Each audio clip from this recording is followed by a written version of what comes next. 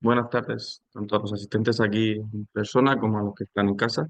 Y hoy damos comienzo a la octava sesión, el quinto curso del mundo clásico en las ciencias y las artes, que hoy nos acompaña Ricardo Moreno, que viene de Madrid y nació en el año 1950.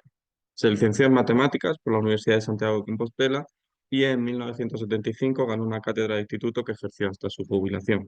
Es también licenciado en filosofía por la misma universidad en Santiago de Compostela y doctor con una tesis sobre historia de la matemática, tema sobre el cual ha publicado numerosos libros. Actualmente vive en Madrid y durante los 18 últimos años de su vida, o después de su vida profesional, fue profesor asociado en la Universidad Complutense de Madrid.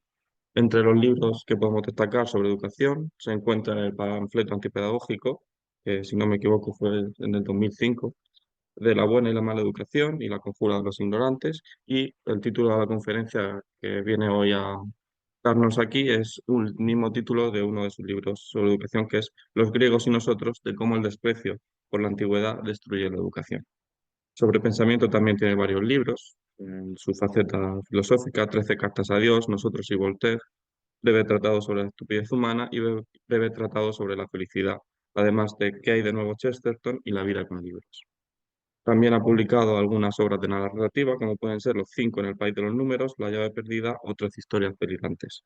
Y por último, en su faceta de divulgación, si lo llamamos así, divulgación científica, ha traducido códices matemáticos medievales del árabe y del latín, que pueden encontrarse en las colecciones de Nívola que están en librerías, como La matemática y sus personajes o Episteme.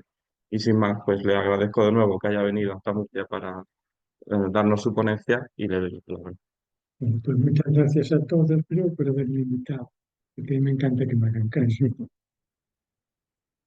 Y a los que estáis aquí, los que me veis desde por teleconferencia, para hablar de un tema que a mí me preocupa mucho, que es la permanencia del legado, de nuestro legado grecolatino. Que no es, como dicen muchos pedagogos, una nostalgia, un pensamiento de profesores nostálgicos y obsoletos, sino que es nos jugamos la civilización, porque solo podemos ser civilizados si seguimos siendo griegos. Entonces no es una preocupación así eh, que esté fuera de lugar ni de personas nostálgicas.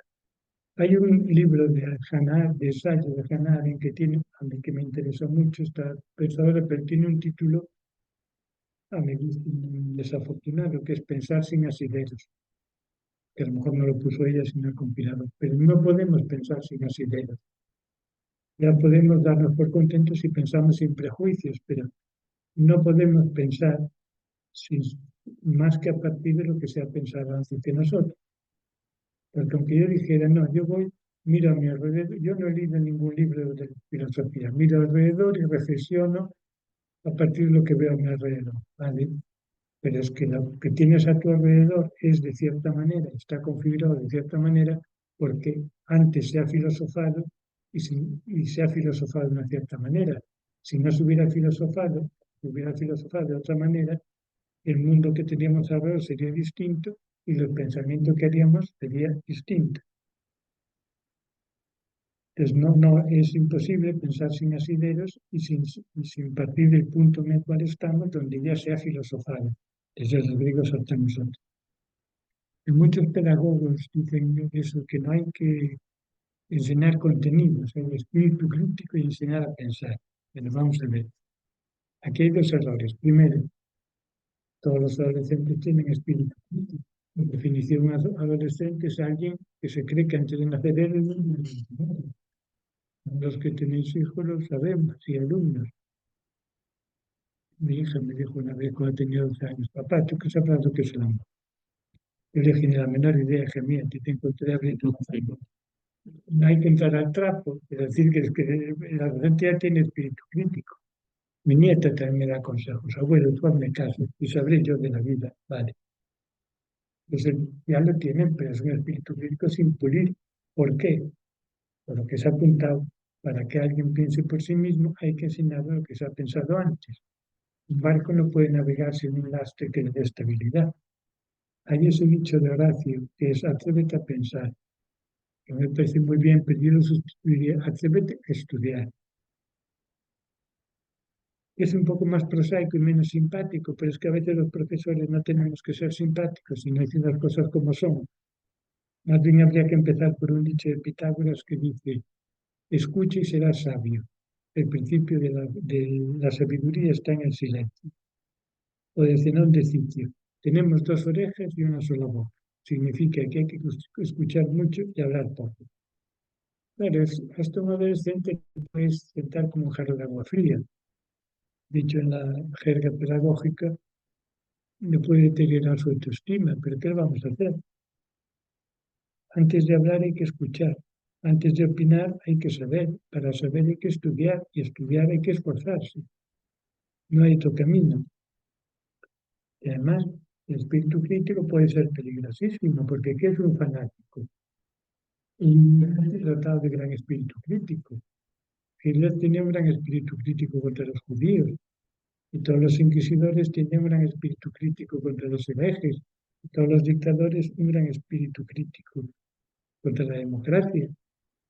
Si el espíritu crítico no va acompañado del estudio, es fanatismo. Entonces, si la crítica de ser razonada y acompañada de alternativas razonables a ello que se critica, tiene que pasar por el conocimiento, lo cual significa horas y horas de estudio. Curiosamente, los neopedagogos suelen hablar mucho, de criticar mucho el esfuerzo, la memoria, la erudición, virtudes muy despreciadas y hablan de espíritu crítico. Que si no hay memoria, ni estudio ni erudición, no puede haber espíritu crítico. Hay una página de estas que citan también los pedagogos. El niño no es un depósito que hay que llenar, es una lámpara que hay que encender. Esto es lo que Chamfort, que era un ilustrador del 18, que escribió muchos aforismos, decía, así como hay tontos bien vestidos, también hay tonterías elegantes. Esto es algo decir una tontería elegante. Es una tontería elegante de esas que de repente provocan el aplauso antes que la reflexión. Como también en un congreso de educación es muy fácil un aplauso y dices, no podemos enseñar como hace 100 años. Pero queremos algo, que no. Hacemos el amor como hace 1 millón. Y tan mal no nos va. No tenemos un alfabeto de 2000 años. O calculamos la superficie en triángulo igual que lo hacía Euclides. Los barcos se siguen construyendo basándose en el principio de Arquímedes, que tiene más de 2000 años. Si alguien te pregunta qué hay que hacer para tener amigos, pues ¿qué le diríamos? Hay que ser servicial, hay que escuchar, no hablar de uno mismo, sobre todo de tus enfermedades. El mismo consejo que diría un ateniense a otro ateniense en la tela de películas. Que algo sea antiguo no significa que sea malo, y que algo se lleve haciendo muchos años no significa que no haya que dejar de hacerlo. Eso es la lámpara, es unas tonterías elegantes. El niño es la lámpara que hay que encender en un depósito que hay que llenar, pero no de cántaro. ¿Cómo enciendes la lámpara si llenas primero el depósito de aceite o de queroseno? El fuego no genera su propio combustible. Pero la inteligencia, si es una lámpara, tiene un depósito que se llama memoria y el combustible, los contenidos de conocimiento. Porque si no tenemos contenidos de conocimiento, no tenemos de qué hablar. Claro, si hablamos de personas críticas, a veces tertulias en la televisión que habla todo el mundo a voces sin saber lo que dice, o quien quema en público una foto del rey, o quien rompe un ejemplar de la Constitución, esto se ha visto en el Parlamento. Es muy fácil tener espíritu crítico. Pues si no te gusta la Constitución, léela cuidadosamente y explica en qué punto se puede mejorar. Pero claro, romperla está al alcance de cualquier coqueta. Pero si ese es espíritu crítico, es muy fácil crear personas con espíritu crítico. Pero lo que pensamos que la crítica está basada en conocimiento, quiere decir, si queremos que los alumnos sean personas críticas, quiere decir que tenemos que convertirnos en personas leídas, cultas e ilustradas. Pero no. Y ahora también hubo una anécdota, que las nuevas corrientes y los alumnos tienen que ser críticos, no soportan que los profesores sean críticos. A mí me han llamado de todo. Si los profesores, alumnos tienen que ser críticos, con más razón los profesores. Recuerdo que una vez me invitaron a escribir un artículo en Cuadernos de Pedagogía sobre si el nivel sube y baja. Y hay distintos artículos, al final, la bibliografía en 3 apartados. Literatura científica, datos oficiales, profesores quejosos. ahí estaban los libros de un seguro servidor de ustedes, pero el alumno tiene que ser crítico. Si el profesor es crítico, es quejoso. ¿En qué quedamos, no? Y además, no hay más que ver de dónde venían las personas que tuvieron verdaderamente espíritu crítico. Pensemos en Descartes. Descartes no cuestiona su religión, sigue siendo ferviente católico, pero da un revolcón a toda la filosofía anterior. ¿Y de dónde viene Descartes? De los jesuitas. No venía de una escuela libertaria. Digamos, critica la formación clásica que le habían dado, pero esa formación le dio las herramientas para criticar la filosofía anterior, que la conocía muy bien. Pensemos en Voltaire. Voltaire era un hombre mucho más conservador de lo que se piensa, incluso para su época, pero evidentemente espíritu crítico tenía. No se consideraba católico, pero seguía siendo deísta. ¿De dónde venía? Pues los jesuitas. Con Voltaire, que ya es ateo militante, pues los jesuitas. No voy a hacer una defensa de los jesuitas. Quiero decir que la formación escolástica que le habían dado le da las herramientas intelectuales para criticar la propia filosofía escolástica que le habían dado, que esto parece un trabalenguas, pero es así. Y es ese rigor intelectual que hay que recuperar si queremos ser unos críticos.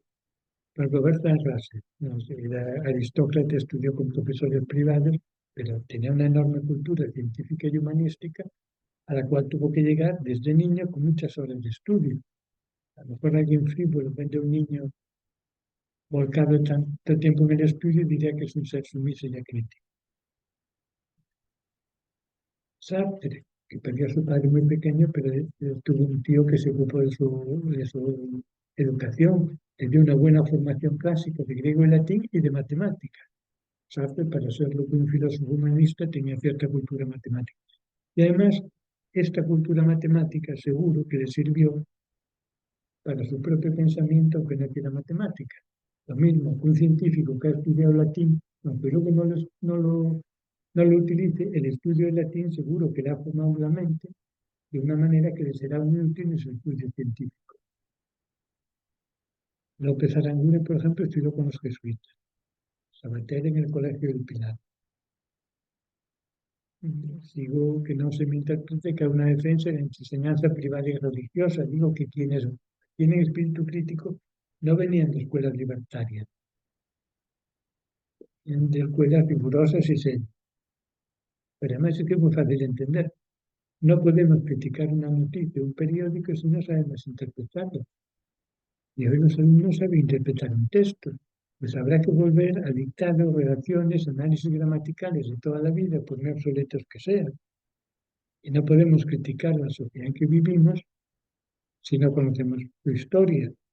Que nuestro mundo es un palimpsesto que está escrito sobre el romanticismo, está escrito sobre la ilustración, que está escrito sobre el barroco, que está escrito sobre el Renacimiento, está escrito sobre la Edad Media, que está escrito sobre Grecia. Es donde siempre vamos a parar a Grecia. Entonces, para estudiar, conocer historia, hay que estudiar historia en el sentido más clásico de estudiar, no de buscar por internet, recortar y pegar. Entonces, evidentemente, entre la historia tenemos que pensar lo que se ha pensado antes, porque si no, corremos el riesgo de descubrir Mediterráneo o decir como cosas nuevas eso que ya se han dicho, o dar como buenas cosas que ya se ha visto que no funcionaban. Eso en política pasa mucho. Y la alusión a esta Grecia no está el tema principal de esta charla. ¿Por qué los griegos nos han influido de una manera cualitativamente distinta del resto de la civilización? Y claro, pensamos, los griegos hicieron matemáticas, pero también lo hicieron los sumerios y los egipcios, y los propios griegos se consideran parte deudores. Pero es que los griegos además reflexionaron sobre los conceptos matemáticos, cual además les dio la posibilidad de ordenar mejor los conocimientos y por lo tanto progresar más. Esa diferencia cualitativamente distinta le llevó a ser una matemática cuantitativamente mayor, sabía más cosas. Pues claro, cuando aprendemos algo nos apoyamos en lo que ya sabemos. Si lo que ya sabemos está pensado y estructurado, ordenado y estructurado, la base es mucho más estable para seguir avanzando. No es lo mismo subirse una escalera que cojea que una escalera que tiene las cuatro patas bien asentadas. Bueno, los griegos hicieron cosas bellas, también los hicieron egipcios y babilonios, pero los griegos además reflexionaron sobre la belleza, el concepto de la belleza, qué queremos decir cuando algo es bello. Los griegos con sus vecinos a veces vivían en paz y a veces en guerra. La guerra a veces valientes y otras veces cobardes, igual que los otros pueblos. Pero es que los griegos, además, reflexionaron sobre la paz y la guerra, sobre la amistad y el amor, sobre la valentía y la cobardía. Digamos que los griegos no solo hacían cosas, sino que reflexionaban sobre las cosas que hacían. Es decir, los griegos filosofaban. Explicar de una manera tosca, filosofar sería reflexionar lo que hacemos sobre lo que hacemos cuando no estamos filosofando. Lo dicho de otra manera, el quehacer filosófico consiste en la reflexión sobre el resto de los quehaceres, lo cual nos obliga a seguir siendo griegos para seguir siendo civilizados, seguir no solo hacer cosas, sino reflexionar sobre las cosas que hacían. Voy a leer algunos textos, uno de Jacqueline de Rómulo, en su célebre libro ¿Por qué Grecia?, que explica muy bien esta idea. ¿De dónde viene? ¿De dónde puede provenir? ¿Cómo podemos explicar que esas obras griegas de hace 20 o 30 siglos nos transmitan con tanta fuerza esa impresión de seguir siendo actuales y de haber sido hechas para todas las épocas? Nosotros somos los griegos, o bueno, griegos digo grecolatinos porque forman una misma cultura. Nos podemos poner en la misma punto de vista de Giles, de Antiguo y Creonte, entendemos sus puntos de vista, entendemos sus inquietudes porque sus preocupaciones son las nuestras. Tenemos un diálogo de Platón, podríamos estar ahí opinando y diciendo cosas, porque sigue siendo actual. O sea, si pensamos como pensamos es porque los griegos pensaron como pensaron, porque sus obras nos enseñaron a pensar. Dicho más escuetamente, no es que pensemos como los griegos, es que somos griegos. Y renegar de griego es renegar de nosotros mismos.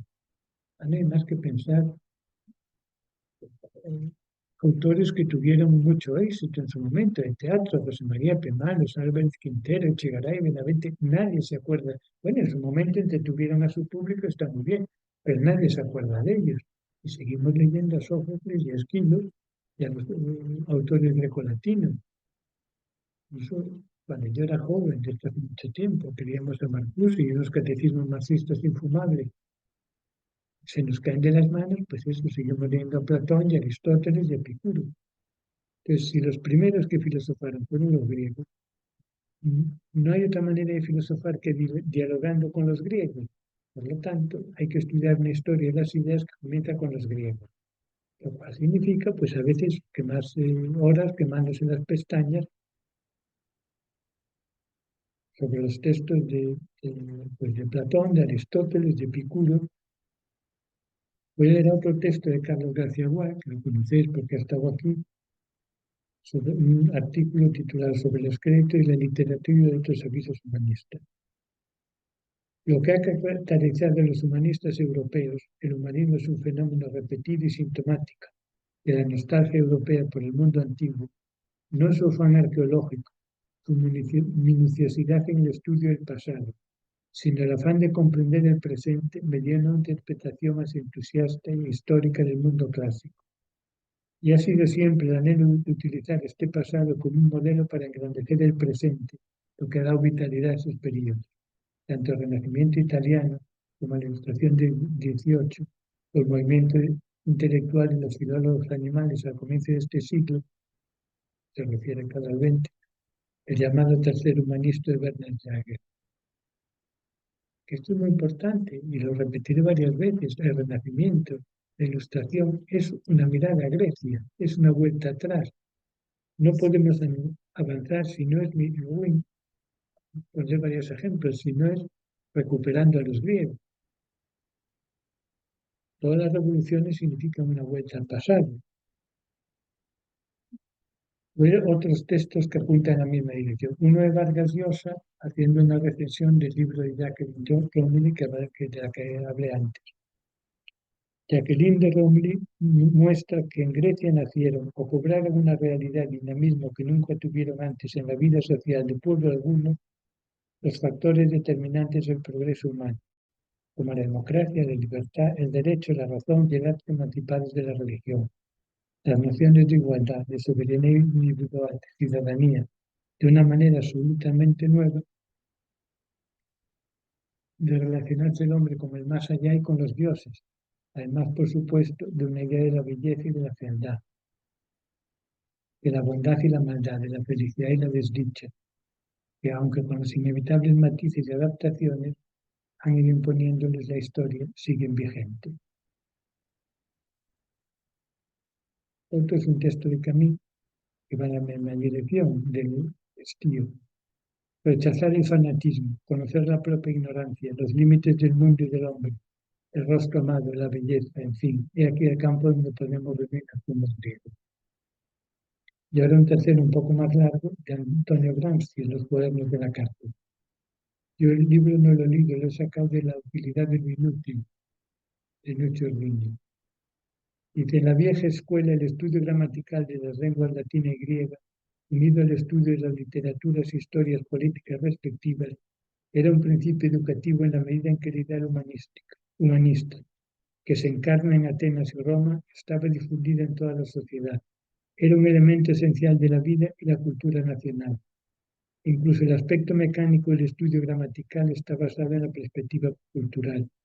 Las nociones aisladas no eran asimiladas para un fin inmediato práctico profesional. El aprendizaje parecía desinteresado, porque el interés era el desarrollo interior de la personalidad, la formación del carácter a través de la absorción y asimilación de todo el pasado cultural de la moderna civilización europea. No se aprendía latín y griego para hablarlos, para trabajar como camareros, como intérpretes, como agentes comerciales. Se aprendía para conocer directamente la civilización de ambos pueblos, el supuesto necesario de la civilización moderna, o sea, para ser uno mismo y conocerse uno mismo conscientemente. Las lenguas latina y griega se aprendían según la gramática, mecánicamente, pero hay mucha injusticia e impropiedad en la acusación de mecanicismo y avidez. Hay que vérselas con muchachitos a quienes se ha de inculcar ciertos hábitos de diligencia, de exactitud, de compostura incluso física, de concentración en determinados temas que no se pueden adquirir sin una repetición mecánica de actos disciplinados y metódicos. Un estudioso de 40 años sería capaz de permanecer ante el escritorio durante 16 horas seguidas si de niño no hubiera adquirido los hábitos apropiados. Claro, este tiene mucha enjundia por varias razones. Primero, que la enseñanza significa incluir, infundir unos hábitos que no es natural en el niño, para estar quieto y callado. Lo mismo que el niño le alimentamos a horas fijas, aunque el niño su tendencia sea comer dulces a cualquier hora, no, hay que incluir, no, inculcarle una disciplina que no es connatural al niño. El niño tiene que estar quieto y callado para aprender latín y matemáticas. Y también me parece interesante hablar de la enseñanza. Tiene que ser mecánica, repetitiva, cosa también los pedagogos, y no puede ser transmisiva, mecánica, repetitiva, pues tiene que serlo.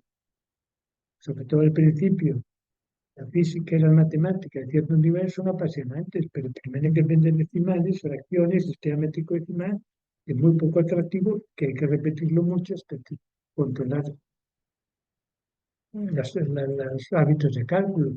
Muy latín, leer a Virgilio supongo que es muy bonito, pero primero hay que estudiarse las declinaciones, hacer muchos análisis, muchos ejercicios mecánicos cuya utilidad inmediata el niño no ve. El niño tampoco ve la utilidad de que se lo priven de caramelos y se lo obliga a comer verduras. Y después, que la importancia de aprender latín, porque casi sí, pero el mundo clásico podemos llegar a través de traducciones, es cierto. Hay traducciones muy estimables, entre otras cosas porque hay buenos latinistas y helenistas. Si no los hubiera, pues los que no saben latín y griego no tendríamos acceso De todas formas, creo que es bueno por sí mismo. Decía Italo Calvino en esa obra, ¿por qué leer los clásicos? Decía, la mejor respuesta, ¿por qué hay que leer los clásicos? Porque es mejor haberlos leído que dejarlos de, ver, que dejarlos de leer. La misma pregunta, ¿para qué sirve el griego y el latín? Saber griego y latín, porque es mejor saber griego y latín que ignorar el griego y latín. Lo que pasa es que quien ama el saber no hace la pregunta y el que no ama el saber no entiende la respuesta. Por eso el diálogo entre quienes aman el saber y los que no es inevitable, un diálogo de sordos. Y lo malo es que los hacedores de la famosa reforma del año 90 eran de los que no amaban el saber. Entonces, el legado de Grecia, y después otra cosa, yo no sé si voy a decir una tontería si no me corregís, pero si supiera más latín y cómo evolucionaba el idioma, no diría malas bobadas de los niños, las niñas y las niñas. Yo el poco latín que recuerdo es digo, totas, tota, totum, ¿no? Cae la boca al final y entonces el neutro coincide con el masculino, ¿no? Pero no es una maniobra machista, ¿no? Todas significa que todas son mujeres y todos polisémico, puede haber hombres y mujeres y hombres. Y además luego hay palabras gramaticalmente femeninas que se usan para hombres. Yo supongo que vienen de adjetivos de dos declinaciones, o de la segunda declinación neutra, ¿no? Que el plural masculino era A, del Pero, neutro, pues sí, todas las personas que estamos aquí estamos muy contentas. Lo he dicho en femenino. Bueno, es que tenemos sensación de macho suprimido, reivindicar que se diga personas y personas, ¿no? Personas es una palabra gramaticalmente femenina, lo usamos como neutra. Vendrán de allí, ¿no? Digo, los movimientos son muy precarios, ¿eh? No, no. Cuando decimos la víctima quedó gravemente herida, aunque sea un hombre. O qué criatura más linda cuando cogemos un niño. Y además supongo que eso venga también que el individuo sea masculino y la colectividad femenina, ¿no? Decimos el policía y la policía es la institución. El ciudadano es el individuo y la ciudadanía la institución. El ser humano es masculino, la humanidad es femenina. A mí me hablan de la ciudadanía y la humanidad, me siento incluido aunque sean palabras femeninas. Los que estudiáramos latín dejaríamos de esas sandeces del lenguaje inclusivo. Entonces, dos son los legados del mundo clásico. Uno, lo que he dicho antes, el saber que reflexiona sobre sí mismo, y es lo que llamamos filosofía, y el saber que es un valor en sí mismo, que es lo que llamamos cultura. Y además, una ciencia que solo buscara resultados prácticos sería un poco práctica. De los griegos, aparte de reflexionar sobre los conceptos matemáticos, la buscaron por sí misma. Hay obras sobre cónicas y elipses que eran divertimentos matemáticos. Hasta que Kepler no descubrió que las órbitas eran elípticas, aquello de las elipses no tenía ninguna utilidad.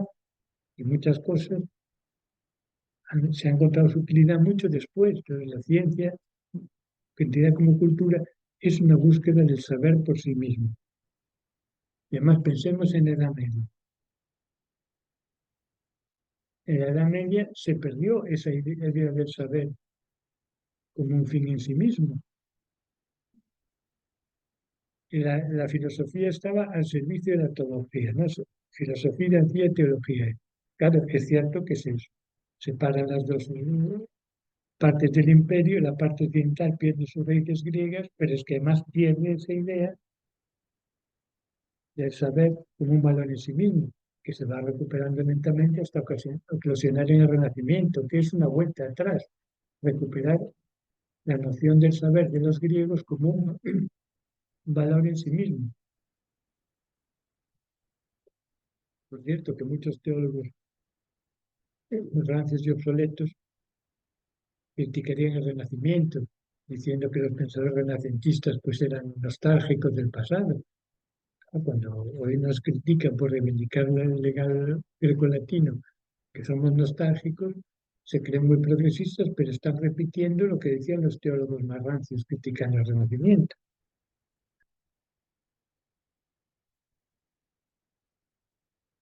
Vamos a pensar, por ejemplo, Copérnico revoluciona la astronomía, pero tampoco parte de la nada. Retrocede, mira hacia atrás, se encuentra con Aristarco de Samos, que ya había habló de la posibilidad del heliocentrismo. Piensa que esa idea, no por ser vieja, tiene que ser mala, la toma en serio, parte de ahí elabora su teoría. Naturalmente, tenía más conocimientos matemáticos, había habido más observaciones astronómicas, desde Aristarco hasta Copérnico, mucho más herramientas para elaborar su teoría. Pero la idea está en Aristarco. Demócrito, cuando elabora su teoría atómica pasando por encima de la teoría de los cuatro elementos de Empédocles, que la había asumido Aristóteles y tuvo mucho predicamento en la Edad Media, recupera el atomismo de Demócrito. También piensa, esa idea es antigua, pero no quiere decir que sea mala. Incluso Darwin tiene un precedente en Anaximandro de Mileto. Anaximandro cree en la evolución, más por un razonamiento un poco ingenuo, pero es bastante claro, porque Anaximandro dice, todas las especies que conocemos, el hombre es el que nace más desvalido. Los demás animales enseguida se ponen de pie en cuanto nacen. El, el- el hombre es el que nace más desprotegido. Entonces es evidente que la especie humana tuvo que proceder de otra especie cuyas crías fueran más autónomas, porque si no, ¿quién crió el primer niño? El razonamiento es convincente, claro. Darwin sabe más anatomía comparada, viaja alrededor del mundo, descubre nuevas especies y da todo aquello una base, pero está en Anaximandro. Incluso la supervivencia del más dotado está en Empédocles, de un modo un poco mítico, ¿no? Pero el hombre no es como es porque esté destinado a realizarse como una causa final que decía Aristóteles, no. Ha habido piernas, cabezas que se han ido combinando de unas maneras hasta lograr una que funcionaba. Es un poco elemental, pero la idea de la supervivencia del más dotado está allí.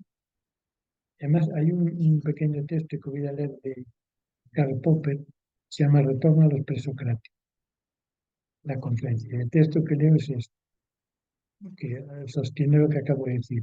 En cuanto a los presocráticos, sostengo que existe la más perfecta continuidad entre sus teorías y los ulteriores desarrollos de la física. El que se los llama filósofos precientíficos o científicos interesa muy poco. Afirmo que la teoría de Anaximandro desbrozó el camino de las teorías de Aristarco, Copérnico, Kepler y Galileo. No se trata de que hayan influido simplemente en estos pensadores posteriores. La influencia es una categoría muy superficial. Más bien expresaría esto de la siguiente manera. Las realizaciones de Anaximandro son valiosas en sí mismas como obra de arte y sus realizaciones hicieron posible otras realizaciones, entre ellas la de los grandes científicos mencionados. Voy a ver si he aburrido el texto de Heisenberg.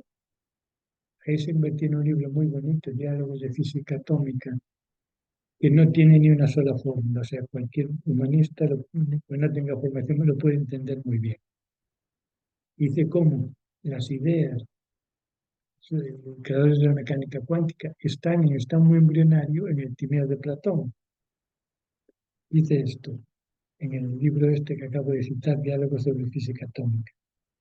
Deseando leer algo distinto de los diálogos que estudiamos en clase, me lancé, a pesar de mi conocimiento relativamente escaso del griego, a leer el Timeo. De este modo entré por primera vez en contacto directo con la filosofía atómica de los griegos. Gracias a esta lectura comprendí con mucha mayor claridad los conceptos fundamentales de la teoría atómica. Por lo menos me hice la ilusión en medio de entender las razones que llevaron a los filósofos griegos a pensar que la materia se compone de elementos mínimos indivisibles.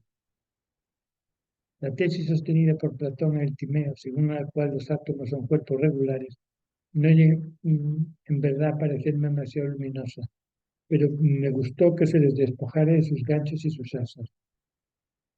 En todo caso, me convencí de una cosa, a saber de que es casi imposible cultivar la física atómica moderna sin conocer la filosofía natural de los griegos.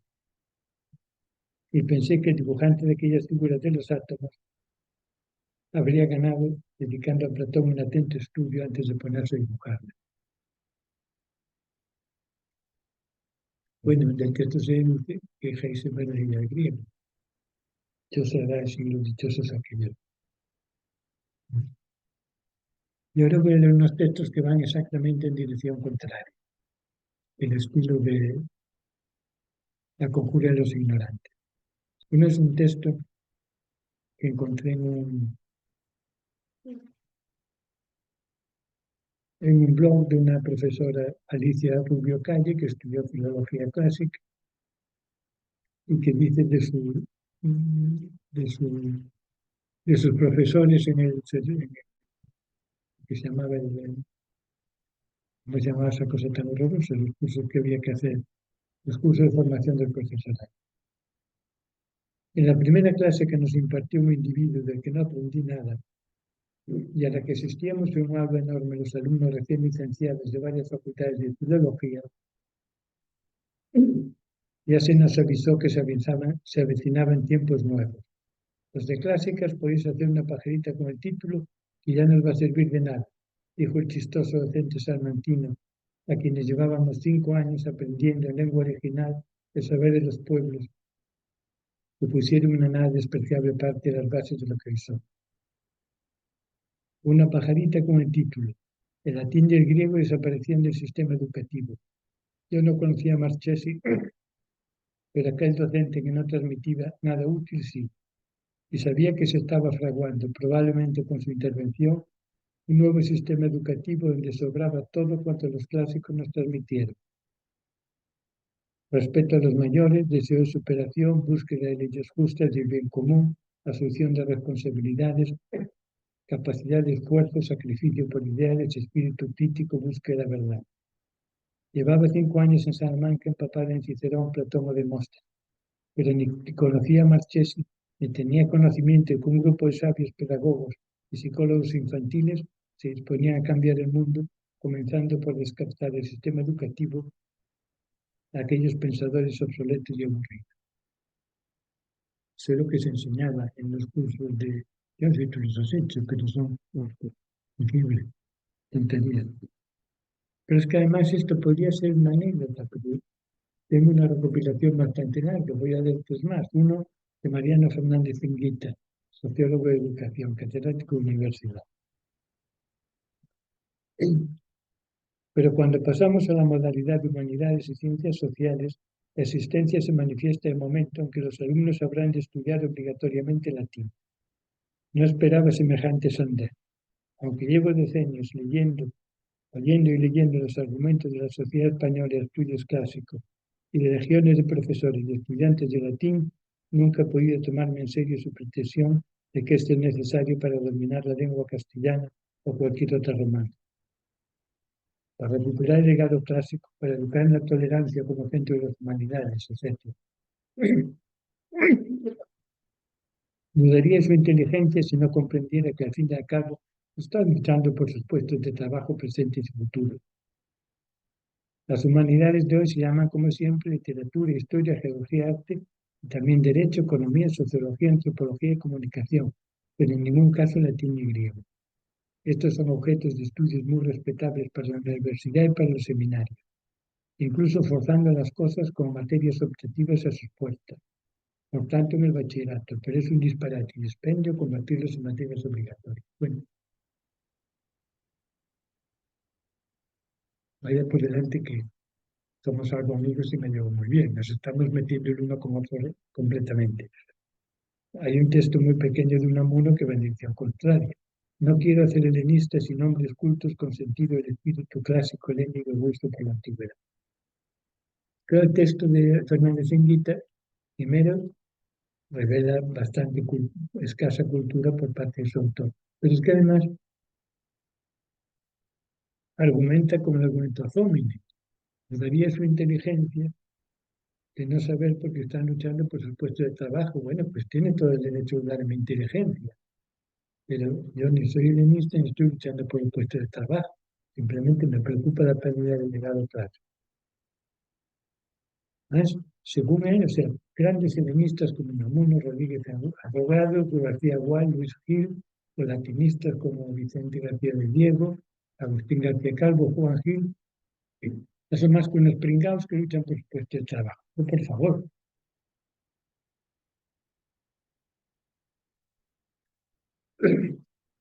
El otro es de Elena Martín Ortega, catedrático de Psicología Educativa de la Universidad Autónoma de Madrid.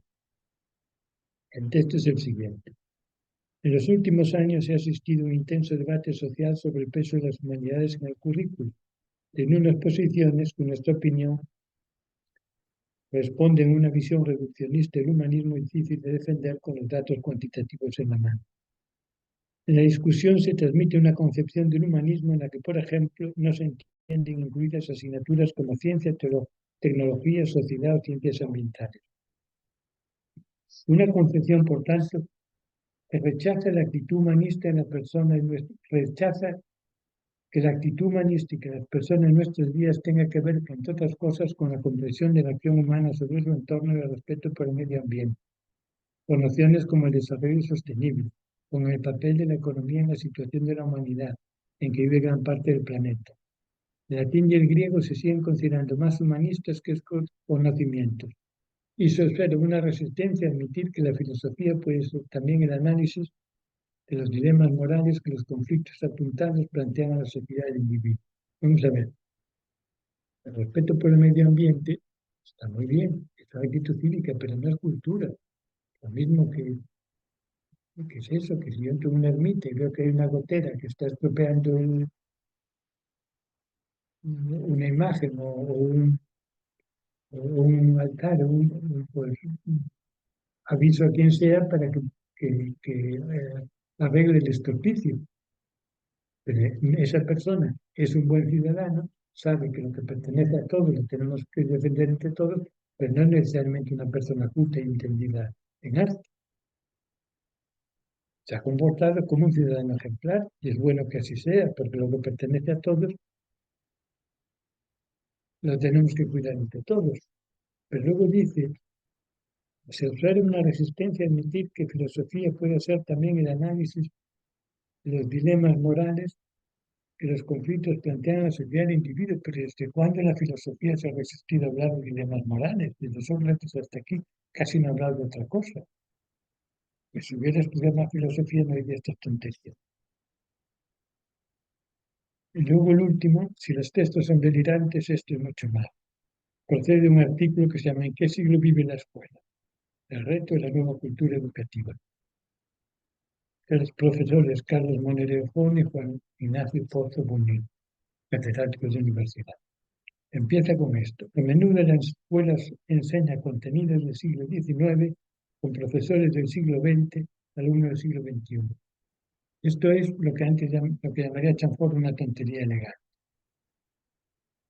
La frase anterior resume una paradoja que suele acompañarnos en nuestro quehacer docente.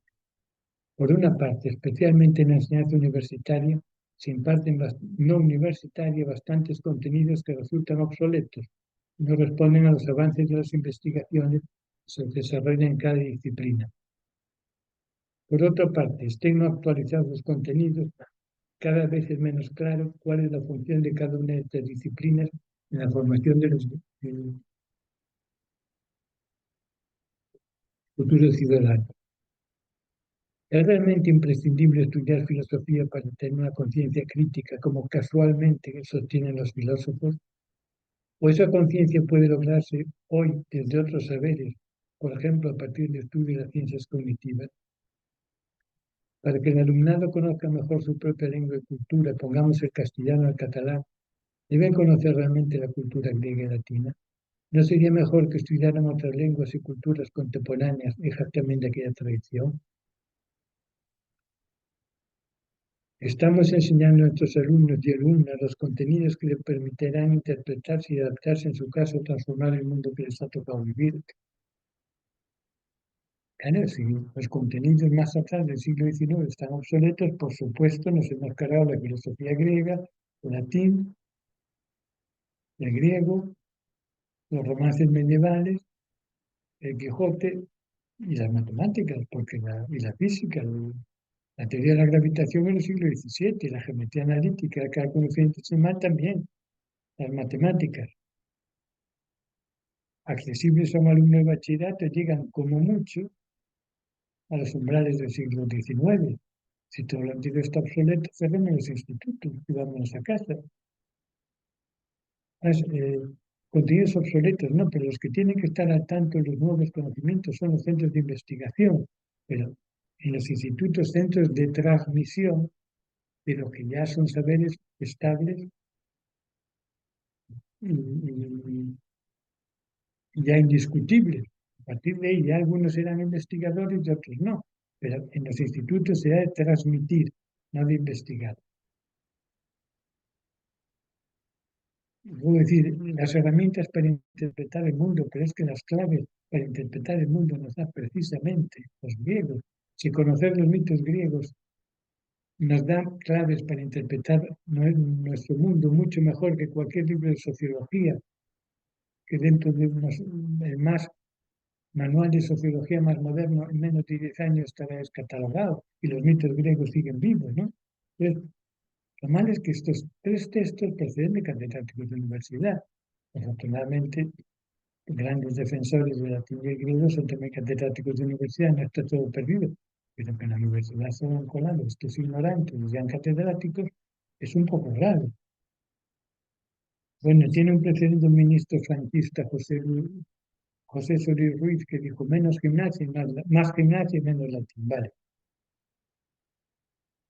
Pero no es que estos sean errores cometidos por nuestras autoridades educativas, uno de tantos, es el error que está en la base de todo. No es que se equivoquen por haber despreciado el legado grecolatino, que por cierto se equivoca, sino que en la base de ese error está en la base de todos los demás. Es el error que ha sido la base de todos los demás. Hay un dicho que circula por ahí, no sé cuál es su paternidad, pero me hace muy cuerdo, dice, si todos los españoles hubiéramos leído los episodios nacionales de Galdós, no habría habido guerra civil en España. O sea, no, no. Pues yo sostengo que si las autoridades educativas hubieran tenido una preocupación por el legado, ante el legado clásico, no habrían hecho el despropósito que hicieron. Ha sido la reforma y lo que yo he llamado la conjura de los ignorantes. Porque además, mira, cuando se hizo la reforma, muchos de estos catedráticos que he citado vivían. Todos los que he citado solo vive García Gual. Y todos los que he citado han sido catedráticos de instituto. García Calvo, hombre, se les podía haber pedido asesoramiento. Con el atrevimiento propio de los ignorantes, decidieron que ellos cambiaban. Y cambiaban, hacían la revolución en la enseñanza. Y como ha sido la revolución de los ignorantes, los alumnos se han ignorado. Pero además, ya para terminar, voy a leer solo tres o cuatro textos, que no podemos entender toda la literatura posterior, porque no hay obra de arte que no tenga referencia a los griegos. Por ejemplo, este que posee el Quijote. Digo asimismo que cuando el Quijote de Dante, claro, digo asimismo que cuando algún pintor quiere salir famoso en su arte, procura imitar los originales de los más únicos pintores que sabe. Y la misma regla corre por todos los más oficios o ejercicios de cuenta que sirven para adorno de la República. Y así lo de hacer y hace el que quiera alcanzar nombre de prudente y sufrido, imitando a Ulises, en cuya persona y trabajo nos pinta Homero un retrato vivo de prudencia y de sufrimiento. Otro el conde de Montecristo. Desde luego, amigo mío, sé sabio como Néstor y astuto como Ulises. Hago más que permitirlo, os lo aconsejo.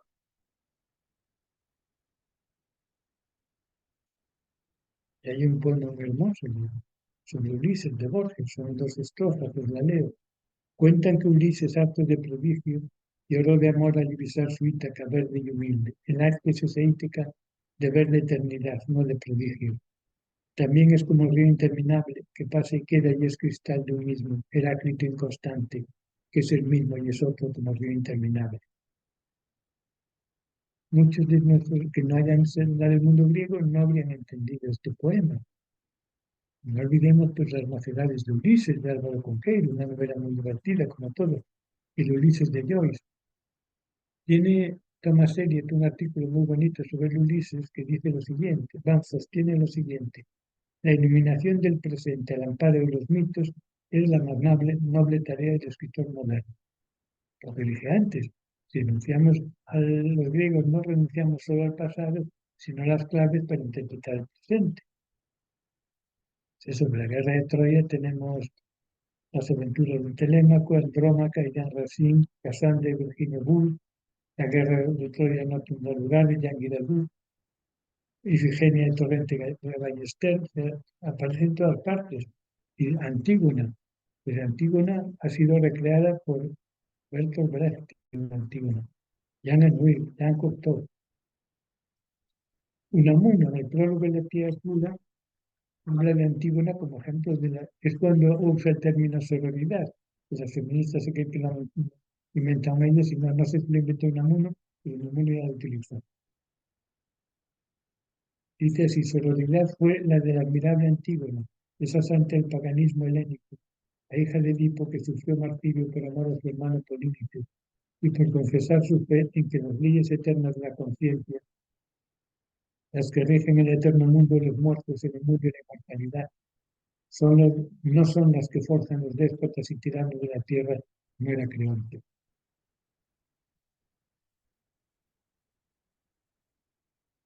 Ya hay un texto muy bonito de Jorge Steiner, precisamente sobre la importancia de Antígona. Creo que solamente un texto literario le ha sido dado a expresar todas las constantes principales propias de la condición del hombre. Estas constantes son cinco: el enfrentamiento entre hombres y mujeres, entre la senectud y la juventud, entre la sociedad y el individuo, entre los vivos y los muertos, entre los hombres y Dios o los dioses. Los conflictos precedentes de estos cinco tipos de enfrentamientos no son objeto de negociación. Hombres y mujeres, ancianos y jóvenes, el individuo y la comunidad o Estado, los vivos y los muertos, los mortales y los inmortales, se definen en el proceso conflictivo de definirse el uno al otro, la deducción de uno mismo, el reconocimiento del otro, a través de las amenazadas fronteras de Dios en procesos adicionales. Es un libro que titula Antígona, o sea, la vigencia de Antígona y como ya los mitos griegos,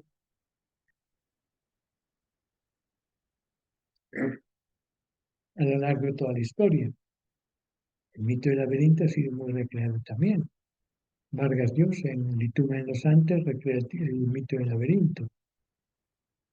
Una novela de Stephen King, y la historia de una ciudad que llueve mucho, se construyen unas cloacas, las cloacas, la construcción se queda a la mitad por falta de presupuesto y cuando retoman la construcción han perdido los planos y en las cloacas ha anidado un monstruo. Es el laberinto que esconde un monstruo. Y Borges tiene un poema muy bonito. La casa de Asterión es muy bonita porque está contada desde el punto de vista del Minotauro. Después tiene un poema muy bonito en Los Conjurados también sobre el laberinto. Voy a darlo porque su college ya termina. El hilo se ha perdido, el laberinto se ha perdido también. Ahora ni siquiera sabemos si nos rodea un laberinto, un secreto cosmos o un caos azaroso. Nuestro hermoso deber es imaginar que hay un laberinto y un hilo. Nunca daremos con el hilo. ¿Acaso lo encontramos y lo perdemos en un acto de fe, en una cadencia, en el sueño de las palabras que se llama filosofía, en la media y sencilla felicidad? Para terminar, no voy a leer los textos para hacer muy largo, pero otra novela que está llena de alusiones al mundo griego es Moby Dick. Empieza diciendo: yo me embarco como para mí es el sucedáneo del tiro de pistola. Catón se arroja sobre su espalda y yo me embarco pacíficamente. Está absolutamente lleno. Quien no sepa algo de los mitos no entiende Moby Dick y la mayoría de la literatura contemporánea. Por eso, muchas gracias por habernos soportado. Es un placer.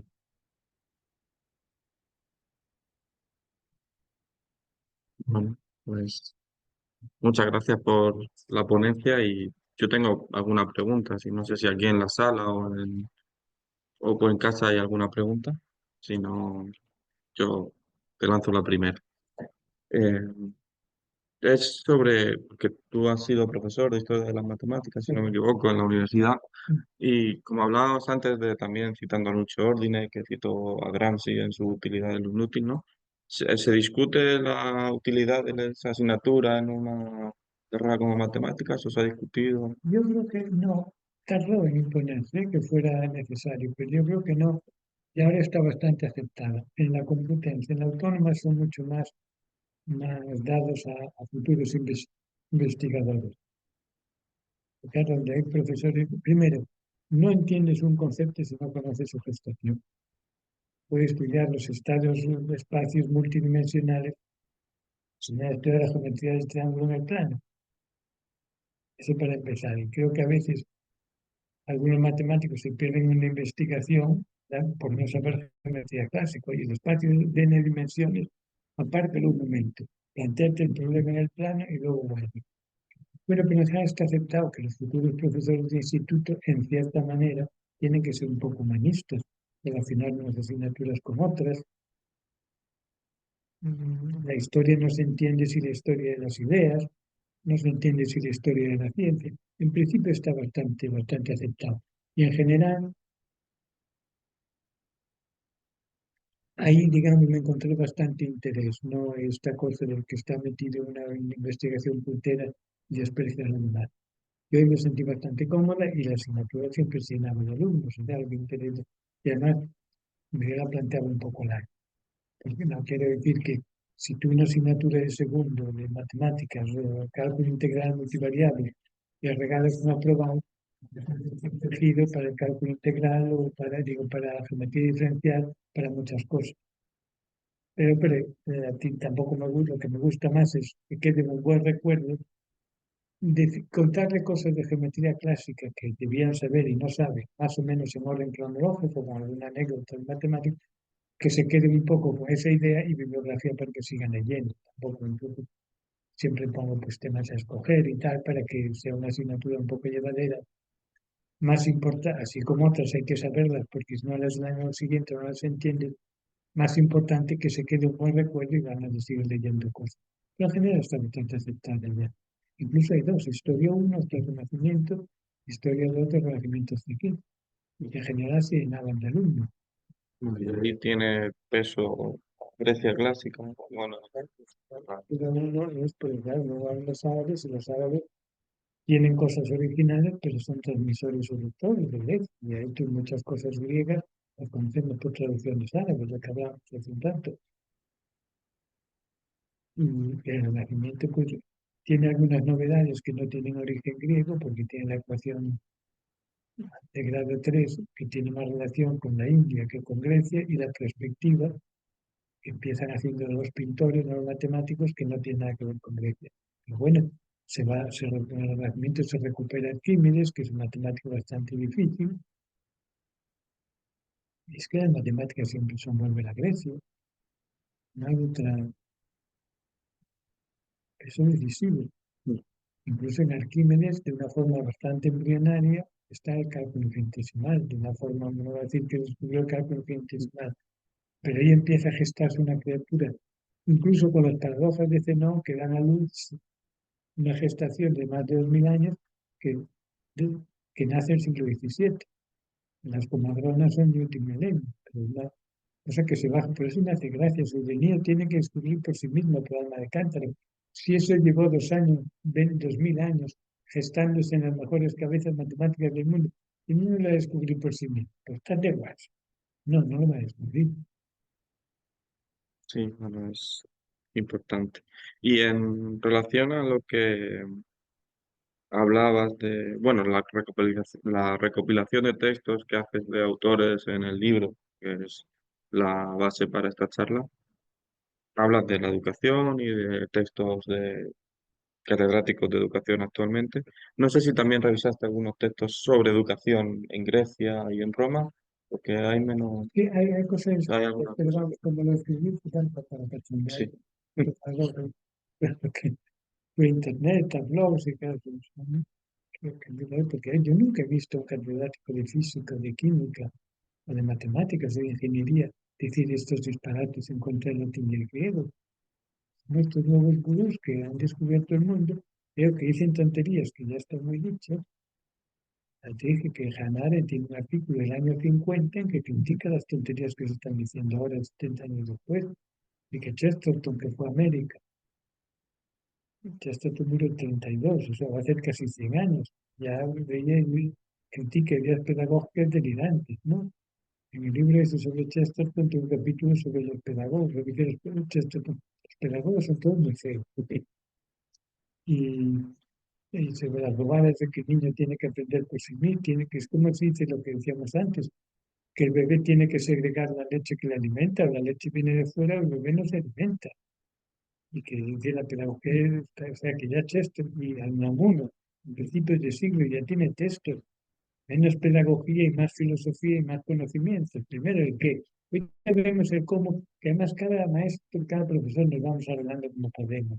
No hay reglas, no es un manual para tener amigos, ¿no? Hay que tener un canto personal, no hay cursillos que valgan, hay que tener sentido común, saber ponerse, pero no puede el tener amigos convertirse en una asignatura.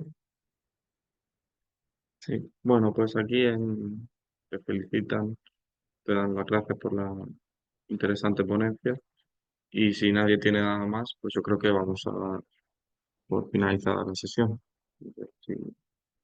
Bueno, pues con esto quedamos emplazados ya para el jueves, que será la última sesión del curso, que será también a las 7 como siempre, y mandaremos el correo y ha habido un cambio, no será el profesor Calderón quien la dé, sino el profesor Linares que nos va a hablar de, su ponencia se titulará Odisea entre fantasmas, la tradición literaria de la Nequia.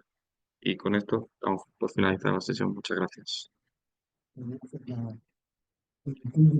Sí.